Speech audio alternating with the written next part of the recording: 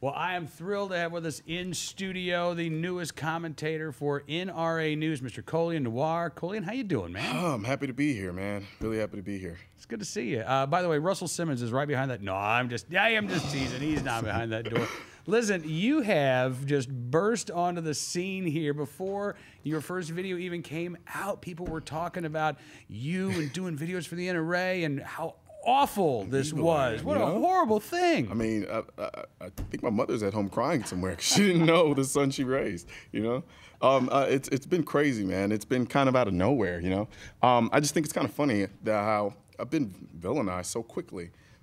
But what many people don't realize is I've been doing these videos for almost 2 years now, you know? So I just find it odd that all of a sudden people are jumping up and screaming, he's just a pawn, you know? They just put him up there because he's black and et cetera, et cetera. I've been doing this for 2.5 years now. So it kind of caught me off guard a little bit, but I mean, what can you do? Well, look, let's be really honest here. There is a mindset in the mass media today that if you are a young black male, you have to be anti-gun, or else, and this is, I got to tell you, this is really disturbing to me, or else you're going to be seen as inauthentically black. Yeah.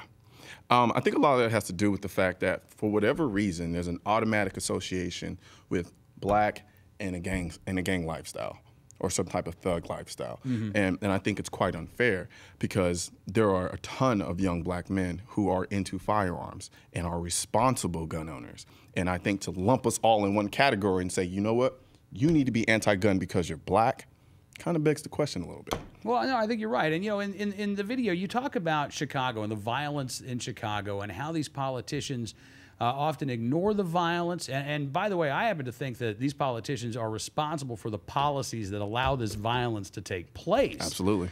In these communities. And gun owners are scapegoated. Because, you know, if you're a politician and you've put in place all of these gun control laws that aren't working in a place like Chicago, well, you're not going to man up and say, yeah, you know what, we've been barking up the wrong tree for decades. Let's try it Colion's way. You're going to say, no, it's Colion Noir. He's the problem. It's Cam Edwards the problem. It's the gun owners of the United States that are the problem. It's the NRA that's the problem. Crazy gun guys, you know? Exactly. Yeah, it's really silly because if you really sit down and you look at the situation at hand, it's like, well, it's almost as if they're implying, if you take a room filled with black people and then you took a room filled with white people, if you dump a bunch of guns in the room with the black people and then dump a bunch of guns in the room with the white people, it's without question black people are just all going to kill themselves. And if you take into account the surrounding cities and the states, they don't have these violence problems and they don't have the gun control measures that they have in Chicago. Yet we're seeing the deaths and the violence and things that we see in Chicago. So obviously there's a different reason. It isn't guns, because there are places all over the country with tons of guns and they don't have that problem. So there's another problem that needs to be addressed here, but they don't want to do that because it's harder. That's the key. It's harder. You know, whether you talk about Chicago or you talk about Washington, D.C. When I met my wife, she was living in Camden, New Jersey, which is not exactly the friendliest city. And I got to tell you, I mean, she lived in a horrible neighborhood. There was a night we were on the phone. This was the night that I realized that gun control doesn't work because I heard gunshots in the background, and then my wife wasn't talking to me.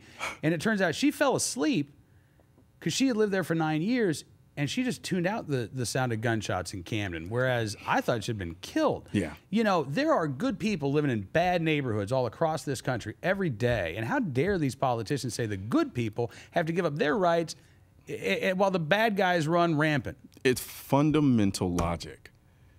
Criminals are criminals by definition because they don't follow the law. Law-abiding citizens are law-abiding citizens because they follow the law. You create laws that ban guns, the only people who are going to give up their guns are law-abiding citizens by definition. The criminals are not going to do that. So they are the only ones left with these guns in these communities. And now these individuals who are law-abiding citizens are being terrorized by these individuals and have no recourse, no means to defend themselves because they're law-abiding citizens. Am I the only one that is seeing this paradox here? It's just really kind of hard for me to fathom how on a fundamental level you can't really understand that. And I think it's insane. And it begs the question, once again, what are the true motives behind gun control? Because it doesn't take a genius to see the effects of gun control or the lack thereof.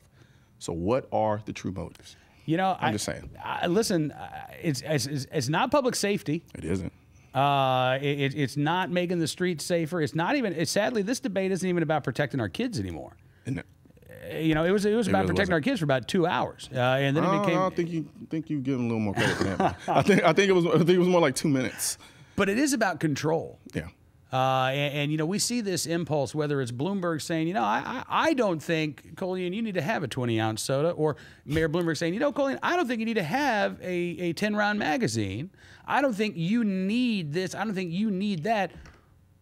Well, it's not up to Mayor Bloomberg to tell you what you need. It really isn't. It really bothers me that people make the argument of what you need to defend yourself. Quite frankly, I think it's very selfish and self-centered because, as I've stated many times before, just because you live in an environment where you are less likely to need a particular weapon to defend yourself doesn't mean that somebody miles and hundreds of miles away are living in conditions which makes it very plausible that they need an AR-15 or an AK-47 to defend themselves. You can't tell somebody who's living south of Texas, close to the border, who's dealing with cartel members that are coming across the border with these type of weapons, that they don't need an AR-15 just because you live in some gated community and you feel like you could protect yourself with just a handgun.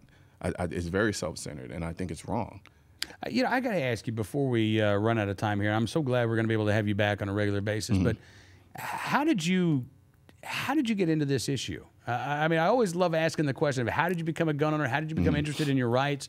What's your story? It's odd because I'm not your traditional gun guy, so to speak. I didn't have a traditional history with firearms. I actually didn't shoot my first gun until my early 20s. You know, and it was simply by way of a friend who was like, hey, you want to shoot my gun? And it was like, well, curiosity got the best of me. So after that, it was pretty much said and done. It was love at first shot. And then from there, it kind of just snowballed. It had a snowballing effect, you know. I kind of got into it more, started researching, started learning, and started really getting into it, started doing some sports shooting and things like that. And then I also took into the account of this is a means by which to protect myself when, let's say, something happens and the cops can't get there in time. You know, this is a plausible, reasonable way to defend myself and to equal the playing field. I may be able to take on one guy, 2, 3, 4. I don't think so. And in a situation like that, it's just the most viable option for me in that regard. So I also have a very heavy focus on concealed carry because we don't know when trouble's going to knock on our door. We don't know when we're going to need whatever it is that we may have at our disposal to protect ourselves. And so I think it's a huge issue, and I think it's something that we all need to take into account. I'm not saying everyone should be forced to own a gun or everyone should conceal carry, but let me make the decision for myself. Don't tell me I don't need to carry a gun. Don't tell me I don't need an AR-15. It isn't your place or your position to do so because the ability for me to defend myself is a natural right. Period. Absolutely. And I would love to hear the politician tell me that things are going to get worse in Chicago once right to carry goes into effect. You know? Yeah, you know. Colion, great pleasure meeting you, sir. Absolutely. Look forward to doing it again soon. Thanks for joining us in the studio. Absolutely, will do. Mr. Colion Noir, the latest addition to NRA News staff of commentators right here in studio.